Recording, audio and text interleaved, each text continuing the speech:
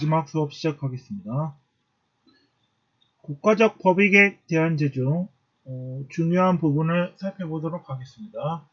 국가의 기능에 대한 제로서 공무원의 직무에 관한 제를 살펴보겠습니다. 공무원의 직무에 관한 제란 공무원이 직무를 위배하거나 직권을 남용하는 행위와 뇌물을 수수하는 행위를 내용으로 하는 범죄입니다. 직무 위배와 관련한 범죄로서 직무유기죄, 피의사실 공표죄, 공무상 비밀 누설죄가 있습니다. 직권남용과 관련된 죄로서 직권남용죄, 불법 체포감금죄, 폭행, 가혹행위죄, 선거방해죄 등이 있습니다. 뇌물죄와 관련하여 수뢰죄, 사전수뢰죄, 사후수뢰죄, 제3자 뇌물공여죄, 수뢰후 부정처사죄, 알선수뢰죄, 증례죄 등이 있습니다. 직무유기죄는 공무원이 정당한 이유 없이 직무 수행을 거부하거나 직무를 유기함으로써 성립하는 범죄입니다. 공무원이 어떠한 형태로든 직무 집행의 의사로 자신의 직무를 수행한 경우에는 집행의 내용이 위법한 것으로 평가된다는 점만으로 직무유기죄가 성립할 수는 없습니다.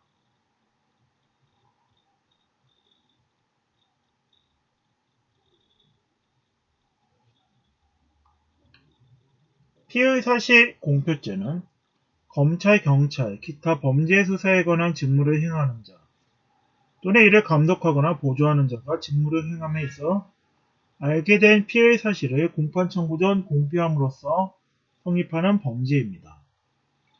공무상 비밀누설죄는 공무원 또는 공무원이었던 자가 법령에 의하여 직무상 알게 된 직무상 비밀을 누설함으로써 성립하는 범죄입니다.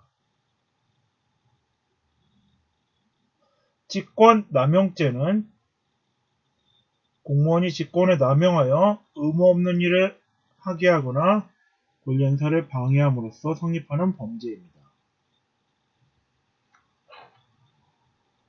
외관상 직무권한과 아무런 관련이 없는 행위, 개인적 친분에 근거한 경우 직권남용죄가 성립하지 않습니다. 예를 들어 경찰관이 채무자에게 빚을 갚으라고 권고한 경우 경찰관의 직무권한과 빚을 갚으라고 하는 행위가 아무런 관련이 없으므로 직권남용죄는 성립하지 않습니다.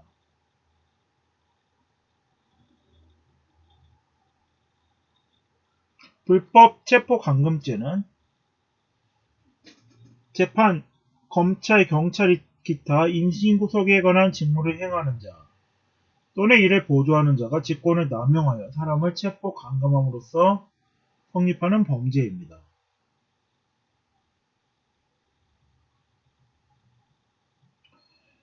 뇌물죄와 관련하여 뇌물이란 직무에 관한 부당한 이익으로서 뇌물의 요건으로 직무 관련성이 있습니다. 직무란 공무원이 그 직위에 따라 공무로서 담당하는 일체의 사물을 말합니다.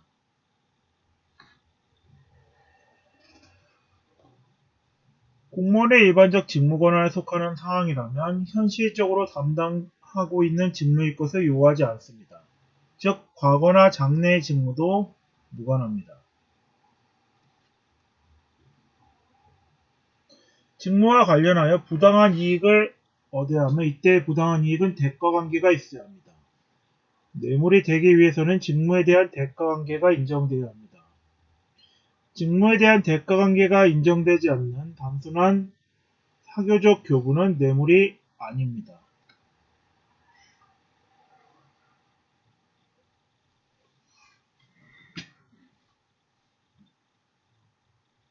뇌물의 몰수와 추징은 반드시 하여야 하는 필요적 몰수 추징입니다.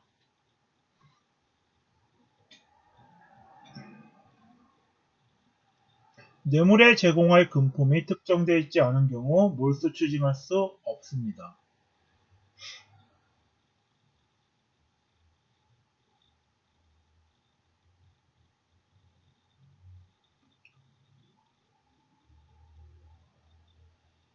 수뢰죄의 경우 공무원 또는 중개인이 그 직무에 관한 뇌물을 수수 요구 약속함으로써 성립하는 범죄입니다. 주체는 공무원 또는 중개인이며 행위는 직무에 관한 뇌물의 수수, 요구, 약속하는 것을 말합니다. 뇌물을 수수한 이상 실제로 아무런 이득을 얻지 못하였다 하더라도 수뢰죄가 성립합니다. 재물을 영득할 의사로 뇌물을 수수한 후 반환하였다 하더라도 수뢰죄가 성립합니다.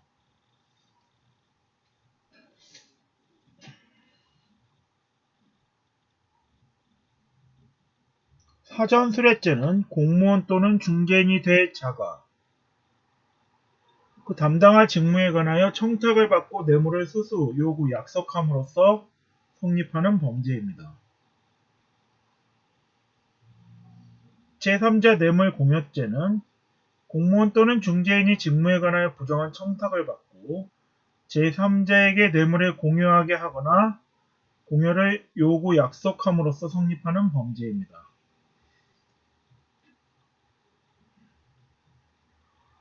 수뢰 후 부정처사죄는 공무원 또는 중개인이 수뢰죄, 사전수뢰죄 또는 제3자 뇌물공여죄를 범한 후 부정한 행위를 함으로써 성립하는 범죄입니다. 알선수뢰죄는 공무원이 그 지위를 이용하여 다른 공무원의 직무에 속한 사항의 알선에 관하여 뇌물을 수수 요구 약속함으로써 성립하는 범죄입니다. 알선수뢰죄의 주체는 공무원에 한하며 중개인은 주체가 될 수 없습니다. 증뢰죄는 뇌물의 약속, 공여, 공유의 의사를 표시하거나 이러한 행위의 공헌을 목적으로 제3자에게 금품을 교부하거나 정을 알면서 교부를 받음으로써 성립하는 범죄입니다. 증뢰죄의 주체는 제한이 없으므로 공무원도 증뢰죄의 주체가 될 수 있습니다.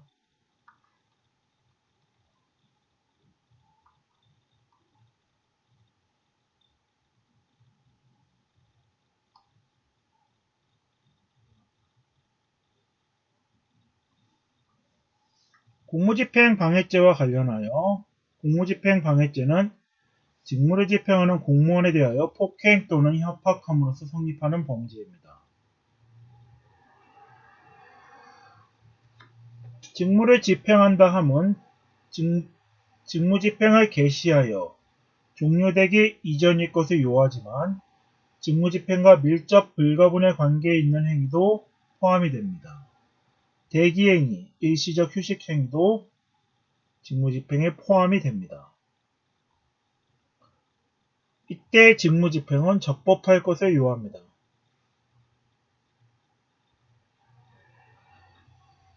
경찰관이 신분증을 제시하지 않고 불신검문을 하였으나 검문하는 사람이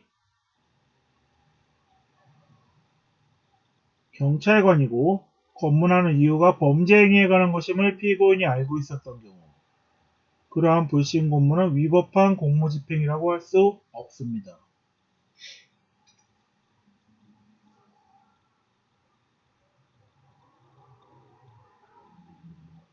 폭행 협박은 반드시 사람의 신체에 대한 것임을 요하지 않고 제3자나 물건에 대한 유용력의 행사일지라도 간접적으로 공무원에 대한 것이면 족합니다.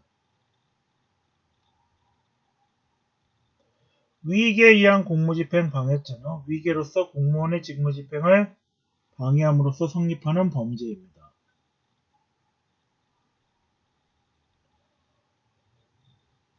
담당 공무원의 담당자의 불충분한 심사로 인하여 허위 사실을 적발하지 못하고 인허가 한 경우 위계에 의한 공무집행방해죄가 성립하지 않습니다. 그러나 담당자가 충분히 심사를 하였음에도 불구하고 허위 사실을 적발하지 못하고 인허가 한 경우에는 위계에 의한 공무집행방해죄가 성립합니다.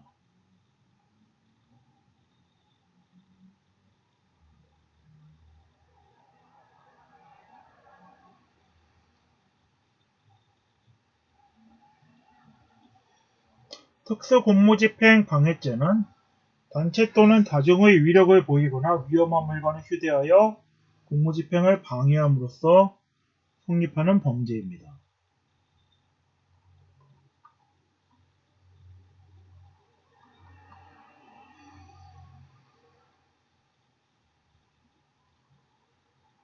범인 도피 은닉죄는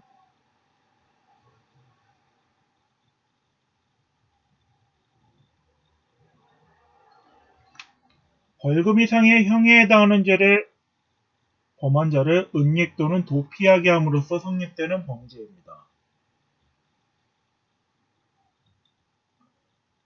도피죄의 주체는 범인 이외의 자이며 범인 자신의 도피 은닉 행위는 범인 은닉 도피죄가 성립하지 않습니다.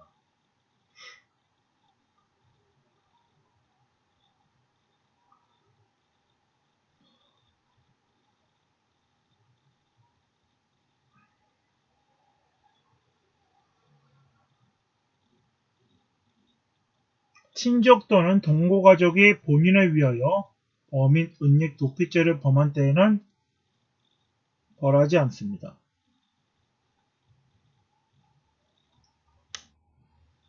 위증과 증거인멸의 죄와 관련하여 위증죄의 주체는 법률에 의하여 선서한 증인입니다. 선서 무능력자의 선서는 무효이며 선서 무능력자가 선서하고 허위 진술을 하더라도 위증죄는 성립하지 않습니다.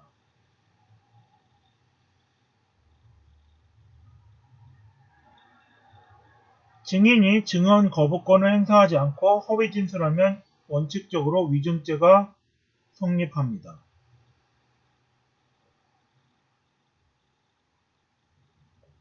위증죄에 있어서의 허위의 진술이란 증인이 자신의 기억에 반하는 진술을 하는 것을 의미합니다. 그 진술 내용이 객관적으로 진실하다 하더라도 증인이 자신의 주관적 기억에 반하는 진술을 하면 위증죄가 성립합니다.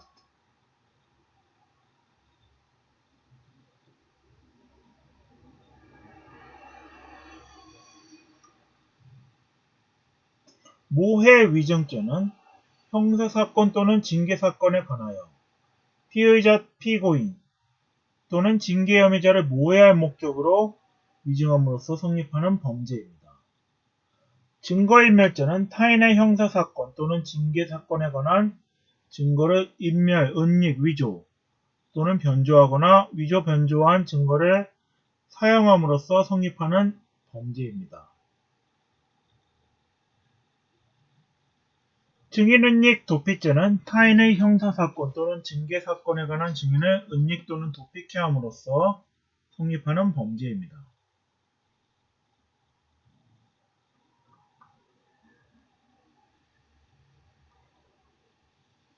무고죄는 타인으로 하여금 형사처분 또는 징계처분을 받게 할 목적으로 공무소 또는 공무원에 허위 사실을 신고함으로써 성립하는 범죄입니다. 무고죄의 주체는 제한이 없으며 이때 허위 사실이란 객관적 진실에 반하는 사실을 의미합니다.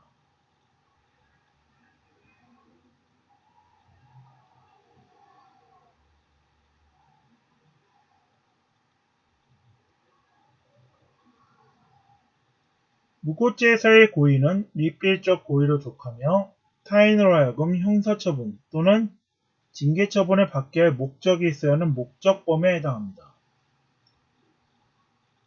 무고죄를 범한 자가 징계처분 확정 전 자백 또는 자수한 경우 필요적 감면 규정을 두고 있습니다. 이상으로 형법 강론에 관한 설명을 마치겠습니다.